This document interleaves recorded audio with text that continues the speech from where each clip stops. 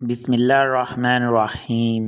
سلطان محمود غزنوی کی اپنے باپ سبکتگین کی وفات کے فوراً بعد اپنے بھائی امیر اسماعیل کے ساتھ جنگ۔ جب امیر ناصر الدین سبکتگین نے دنیا سے رحلت کی تو اس وقت چونکہ سیف الدولہ سلطان محمود غزنوی نیشا پور میں مقیم تھا، اس لیے اس کا چھوٹا بھائی امیر اسماعیل اپنے باپ کی نصیحت کے مطابق بلخ میں اس کا جانشین ہوا۔ امیر اسماعیل نے لوگوں کے دلوں میں اپنی محبت پیدا کرنے کی بہت کوشش کی۔ باپ کے جمع کردہ خزانے کو اہل لشکر میں فراخ دلی سے تقسیم کر دیا اور لشکریوں کی دلجوئی اور خاطرداری پوری طرح کی، لیکن باوجود ان عنایتوں کے اور مہربانیوں کے اہل لشکر میں خود غرضوں کی طمع روز بروز بڑھتی چلی جاتی تھی اور وہ آئے دن طرح کے مطالبات کرتے رہتے تھے اور کسی طرح بھی امیر اسماعیل کے قابو میں نہ آتے تھے۔ سلطان محمود کو نیشا پور میں ان معاملات کا علم ہوا اور اس نے اپنے بھائی کو اس بارے میں افسوس کا ایک خط لکھا۔ محمود نے لکھا کہ وہ خط ابو الحسن ہموی کے ہاتھ روانہ کیا اور ساتھ یہ پیغام دیا: امیر ناصر الدین سبکتگین جو ہم سب کے پشت پناہ تھے، وہ اس دنیا سے کوچ کر چکے اور ان کے بعد تم سے زیادہ مجھے کوئی عزیز نہیں ہے، تو تمہاری آنکھیں ہو اور جو کچھ تمہاری خواہش ہو میں اسے پورا کرنے کے لیے تیار ہوں، لیکن سلطنت کے قیام اور حکومت کے انتظامات کے لیے سن رسیدہ اور پختہ کار ہونا بہت ضروری ہے، اس لیے یہ بھی لازمی ہے کہ وہ اچھا معاملہ فہم ہو۔ اگر تم میری یہ صفات ہوتیں تو میں تم سے زیادہ کسی اور کی اطاعت کو ترجیح نہ دیتا۔ والد صاحب نے جو تم کو اپنا جانشین مقرر کیا تھا تو اس کا سبب صرف مصلحت رعیت اور سلطنت کی حفاظت تھا۔ میری دوری کی وجہ سے یہ امر ناگزیر تھا۔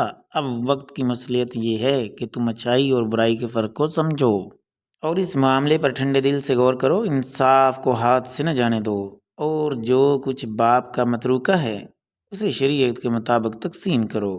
غزنی جو ہماری حکومت اور رعب داب کا سرچشمہ ہے مجھے دے دو تاکہ بلخ و خراسان کو دشمنوں سے پاک و صاف کر کے تمہارے حوالے کر دوں۔ سلطان محمود غزنوی کے بھائی امیر اسماعیل نے جب اپنے بھائی کے کہنے کی کوئی پرواہ نہ کی اور مخالفت پر ڈٹا رہا۔ سلطان محمود نے جب یہ دیکھا کہ زبانی نصیحت سے کوئی کام نہیں چلتا تو اس نے اس مثل پر عمل کیا کہ آخری تنبیہ مار ہے اور اپنے چچا معز الحق اور اپنے چھوٹے بھائی نصیر الدین کو ساتھ لے کر نیشا پور سے غزنی کی طرف روانہ ہوا۔ امیر اسماعیل بھی اپنا لشکر لے کر بلخ سے آگے بڑھے اور دونوں بھائیوں کے لشکر آمنے سامنے آئے تو محمود غزنوی نے آخری بار یہ کوشش کی کہ امیر اسماعیل جنگ سے باز رہے اور دونوں بھائیوں میں صلح ہو جائے، لیکن اس کی کوئی کوشش کا نتیجہ نہ نکلا اور اسماعیل اپنی ضد پر اڑا رہا۔ سلطان محمود نے ناچار اپنے لشکر کی صف آرائی کی اور اسماعیل بھی اپنے سرداروں کے ساتھ میدان جنگ میں آیا۔ اس نے اپنی فوج کا ہر پہلو پوری طرح درست کر لیا تھا اور کوہ پیکر ہاتھی اور اس کے ساتھ تھے۔ دونوں بھائیوں کی افواج میں معرکہ آرائی ہوئی اور میدان جنگ میں خون کی ندیاں بہہ گئیں۔ آخر سلطان محمود نے اپنے قلبے لشکر سے نکل کر دشمن پر ایک زبردست حملہ کیا۔ اس حملے میں فریق مخالف کے چھکے چھوٹ گئے۔ سلطان اسماعیل کی فوج سر پر پاؤں رکھ کر بھاگی اور غزنی میں قلعہ بند ہو گئی۔ سلطان محمود غزنوی نے ان لوگوں کو عہد و پیمان کے بعد قلعہ سے باہر نکالا اور ملک کے خزانے وغیرہ پر قبضہ کیا اور چند قابل اعتبار لوگوں کو وہاں کا عامل مقرر کر کے خود بلخ کی طرف روانہ ہوا۔ اس لڑائی کے چند روز بعد ایک دن امیر اسماعیل اپنے بھائی سلطان محمود غزنوی جو کہ دونوں آپس میں بھائی بیٹھے ہوئے ادھر ادھر کی باتیں کر رہے تھے کہ سلطان محمود نے کسی بہانے سے اس لڑائی کا ذکر چھیڑا اور اسماعیل سے پوچھا: اگر تمہاری قسمت یاوری کرتی اور تم جیت جاتے تو تم میرے ساتھ کیا سلوک کرتے؟ اسماعیل نے جواب دیا: میں نے پکا ارادہ کر لیا تھا، اگر مجھے فتح نصیب ہوتی تو میں تمہیں ایک قلعے میں نظر بند کر دوں گا اور وہاں تمہیں راحت و آرام کا تمام سامان بہم پہنچاؤں گا۔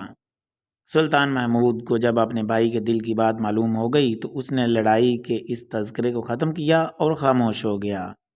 چند دنوں کے بعد سلطان محمود غزنوی نے امیر اسماعیل کو جرجان کے ایک قلعے میں نظر بند کر دیا اور اس کے لیے راحت و آرام کا تمام سامان بہم پہنچایا، اور اس طرح امیر اسماعیل کا اپنے بھائی کے لیے جو خیال تھا وہ خود اس کی اپنی حالت پر صادق آیا۔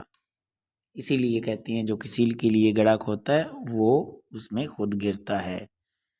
مزید ایسی تاریخی ویڈیوز کو دیکھنے کے لیے آپ ہمارے چینل کی پلے لسٹ کو دیکھ سکتے ہیں۔ عرفان اللہ کو اجازت دیجیے، اللہ حافظ۔